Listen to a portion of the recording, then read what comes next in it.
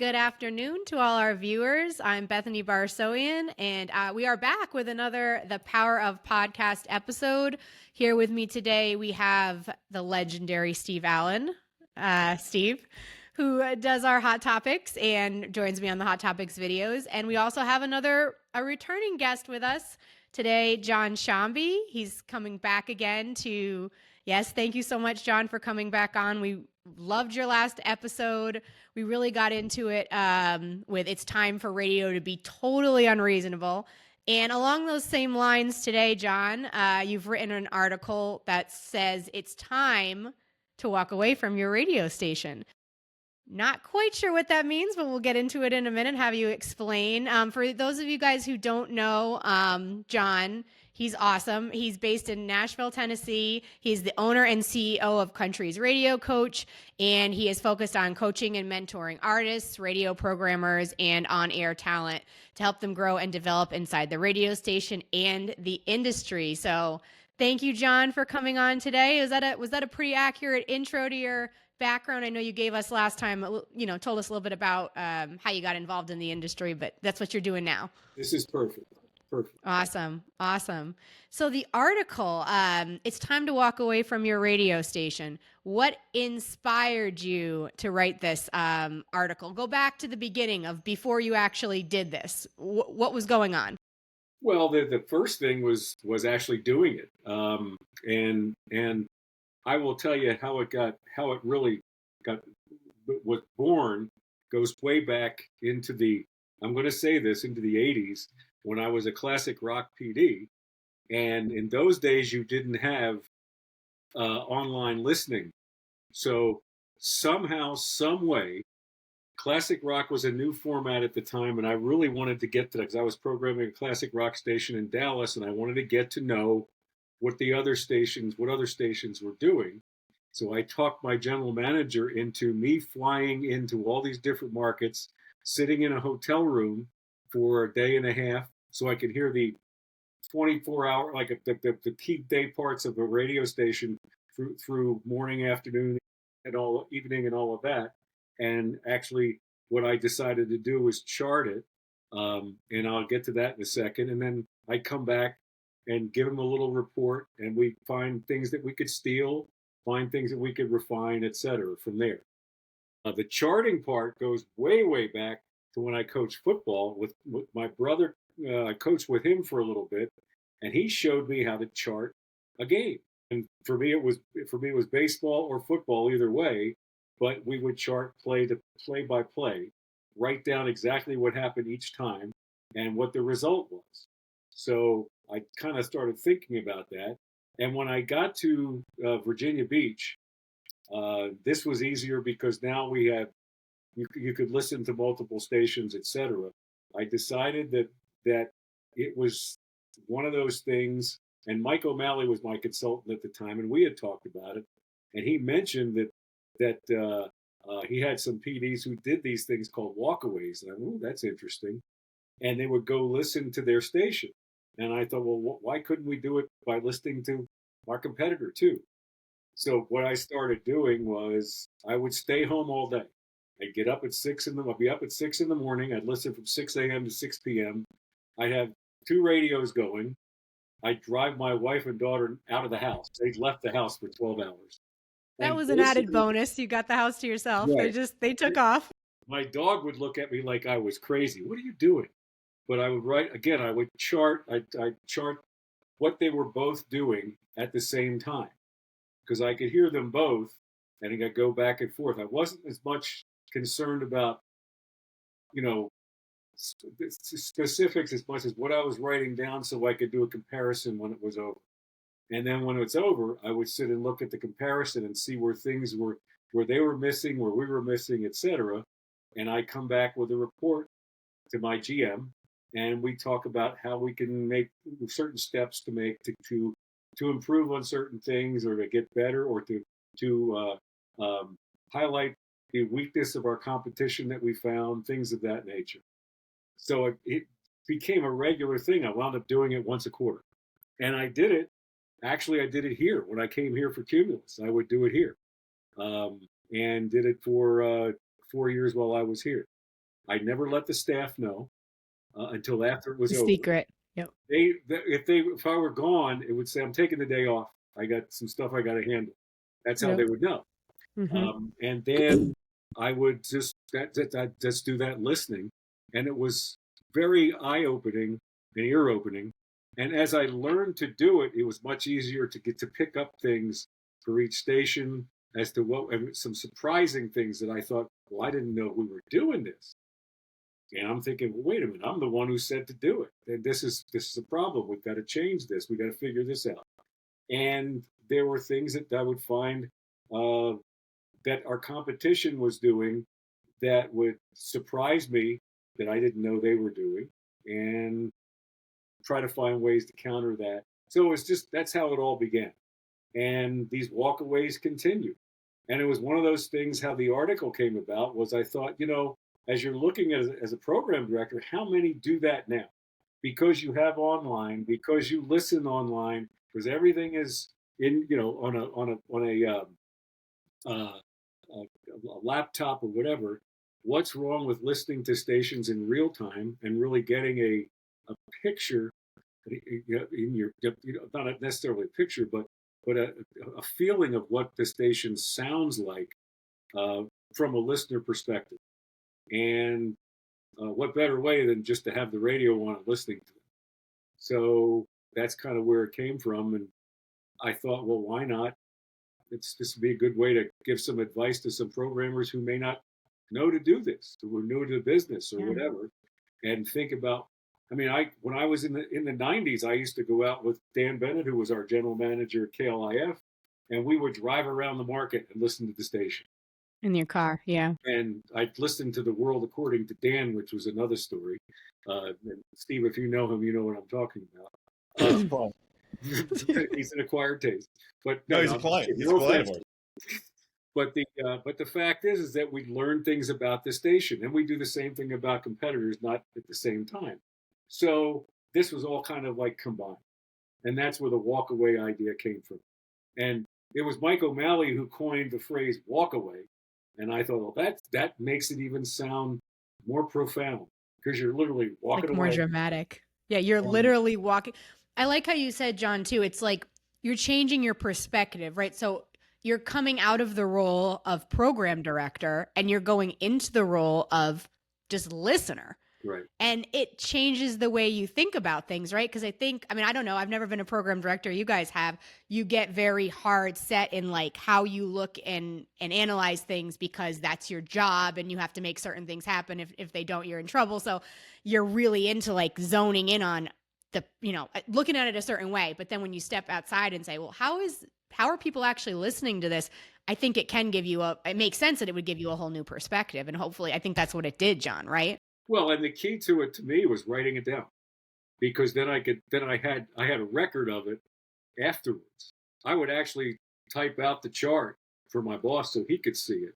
So you'd see they what songs would play and what kind of a sweeper ran or what the DJ talked about or how long the commercial break was. And if anything significant would happen, if there were a live endorsement, I'd make sure that was in there. Little things that you notice that you wouldn't notice if you were just getting in the car and flipping on the station or you're listening in the background in your office. It's just those little things. I wanted to make sure that they were on record, so if I went back and looked, I could see what I heard. Yeah.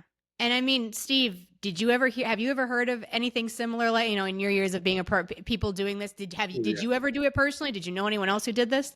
I sort of did it. I would encourage also my air staff, and I think this is a good one for anybody that's on the air, to convince your PD to give you a day off during the week. But what you do is you drive your shift in the market and really see what the real world is going through while you're in a glass booth somewhere, kind of immune from what's out there. As far and the walkaway, actually back in the day when I worked for CBS, they would do that. I think at that time we had 7 or 8 oldie stations, and they would take all the PDs and send them to a different market, and you'd spend like 2 or 3 days in a hotel room, and you'd listen to the station. Then you go back, oh, here's what I saw. And, they did it to my station. I did it to somebody else's station. And you do get a good perspective because, to John's point of the whole article, is you get too close to it. And especially, guys, and nowadays when people are not just programming one station, right? I mean, they've got they're wearing so many hats. You got to get out of the building. You got to get away from it. Because even if you're trying to monitor your office, someone's going to call you, promotions is going to walk in, salesperson's going to walk in, something's going to happen that's going to distract you, and you really do need to be laser focused. Now, John has a much better system. I didn't sit there and chart the whole thing. I'm way too late. I was a John's got it coach. down. I was a football coach in me. That's all. It was just but one of those things that I thought this. Well, and it also was a way to concentrate on what I was hearing.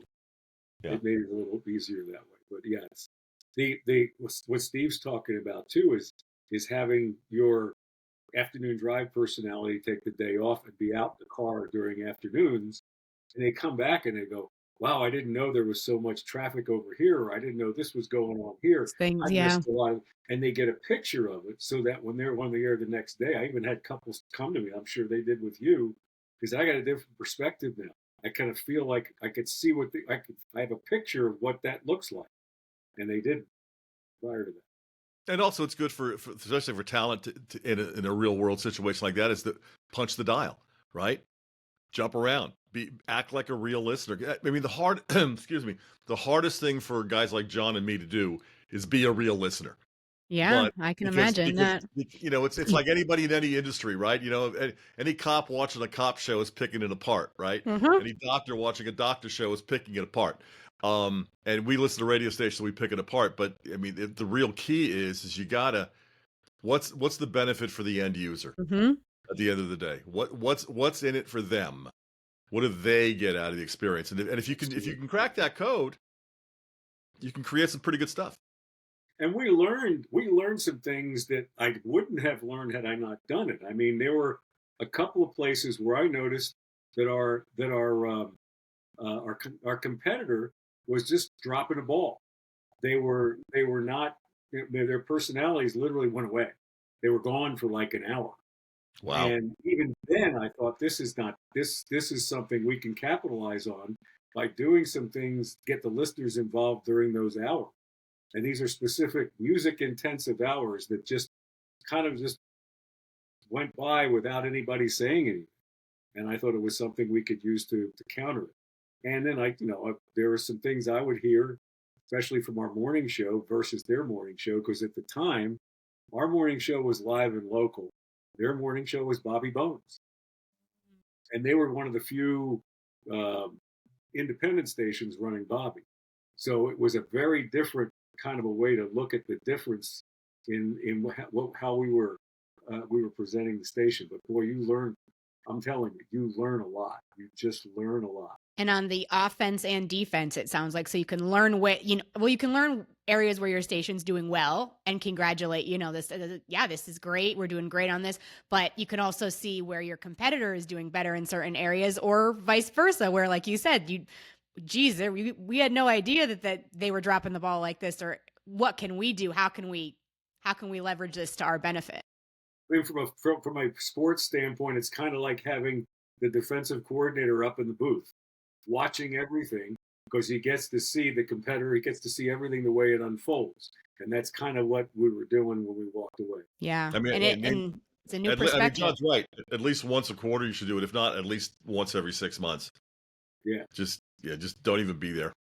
And I would go back and look. I'd actually compare from the last time to see if anything changed. Oh, that's And if what trends.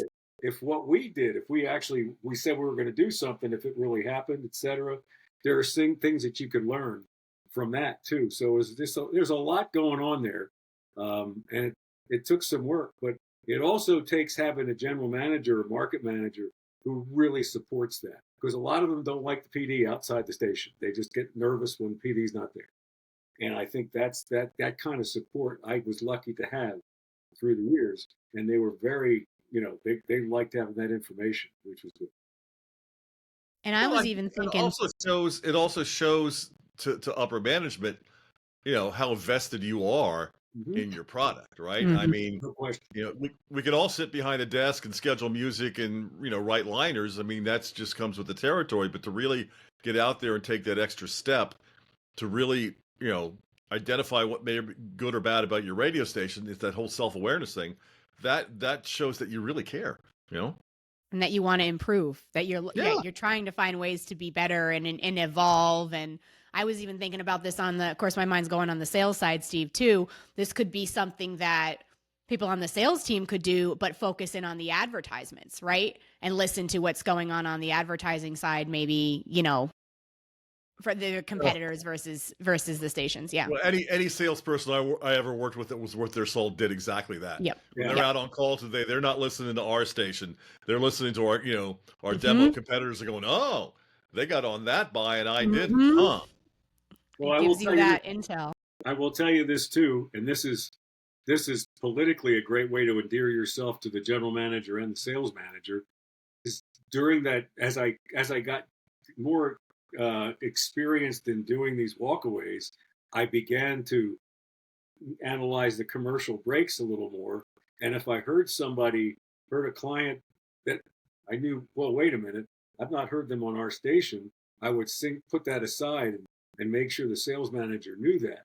Hey, by the way, this has been, they're playing, this client's on their station or something along that. And 9 times out of 10, he would already know, but it's good to have that, to have somebody else watching your back in that respect. And that's another way, if you, as Steve says, it's another way to really solidify your position as programmer in the building.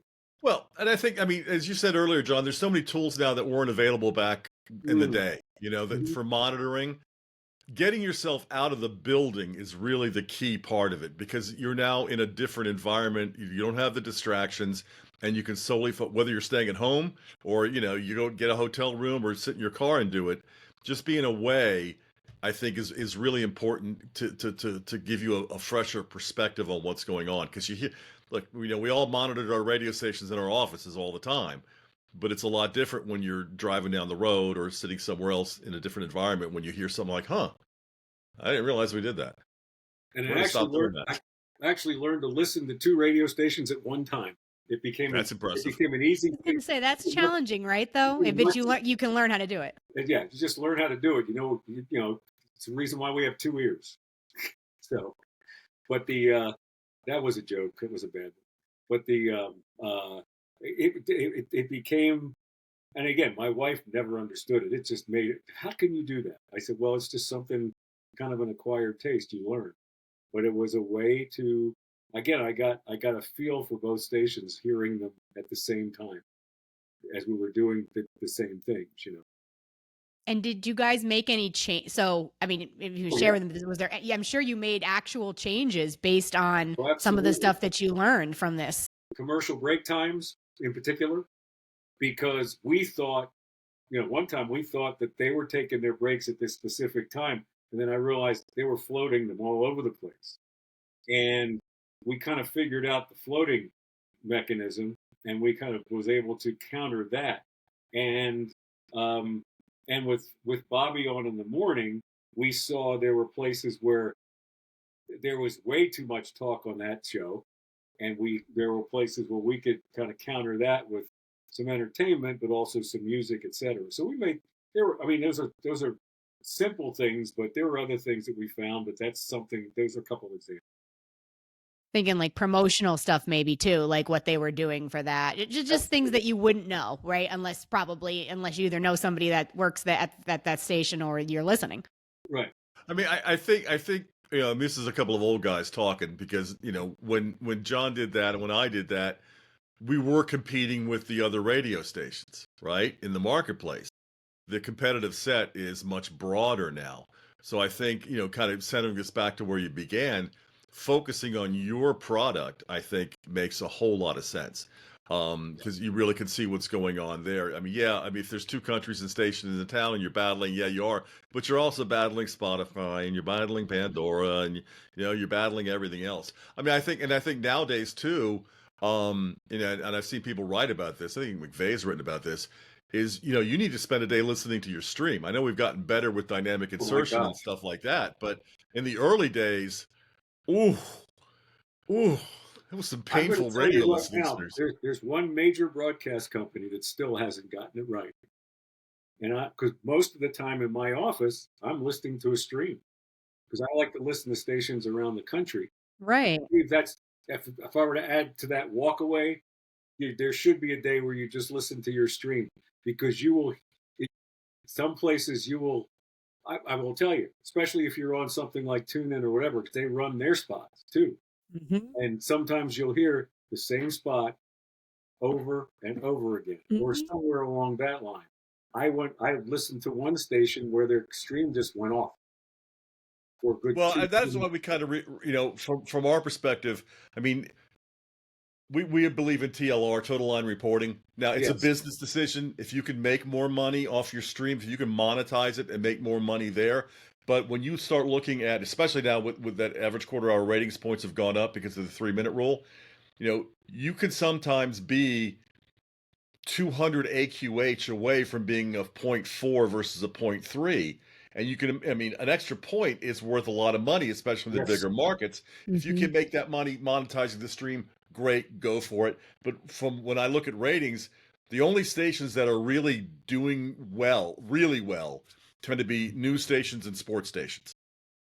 I mean, you Streams, look at an yeah. IP in Philadelphia, IP will pick up a 2 share 6+ every book off their stream. Okay, well, they could probably make money on it that way. I mean, it was funny in DC in the what was April book, Odyssey's JFK, their stream actually beat the terrestrial signal 6+. I could believe that with sports station. That's the way. Yeah, Yeah. With the sports, you don't yeah. see that as much with music stations as much, No, but I mean, no. but yeah, that's why we're big advocates of TLR because we think if Oh, Nielsen, if the meter 100%. actually does find your signal and then you get the headphone adjustment, it could be it could be a difference maker for you, even if it puts your midday show from like I said, a point 0.3 to a point 0.4. That's a Oh, lot. and some of the things I hear, like I'll hear instrumental music or things along that line. It's just Taking it, us up to news time. yeah, it reminds me of those days. Gotta make it up to the top of the hour so we hit the No, news. So I got exactly. 30 seconds of music pad here. You Frank know. Mills, the music box dancer, taking us up to the news time. Guys, we have fun on here, don't we? It's funny. No, I mean, I totally understand, John, where like how this could be beneficial, and I appreciate you sharing it too. I mean, people who are listening here, not everybody's obviously a PD or understands sort of the positions that you guys were in, but just in general, getting out of the station, putting yourself in the shoes of the listener, I think is really important, no matter really what your role is. Even in on air, like you said, Steve, the on air personalities, it would be That's beneficial for them valuable. to do it as well. Yeah. And it can really make you aware of things Right. that you weren't aware of when you're enclosed in the station. So yeah, this was fun, John. Thank you for coming on again, sharing. Yes, go I have ahead. one takeaway from the article that I didn't Yes. forgot to mention. That if somebody wants a copy of the chart, I have a sample chart that I will send them. I did that in the article. I said, if you want a copy of the sample chart, I must have gotten 10 emails. Yes, send me a copy. Send me a sample, and it's just a sample copy of what it looks like. So if anybody wants that, they can send it to my send me an email. That'd be simple. I will, when I post this video in the description, I will include the link for the full article, and that'll have your contact. I think that has your contact information in it.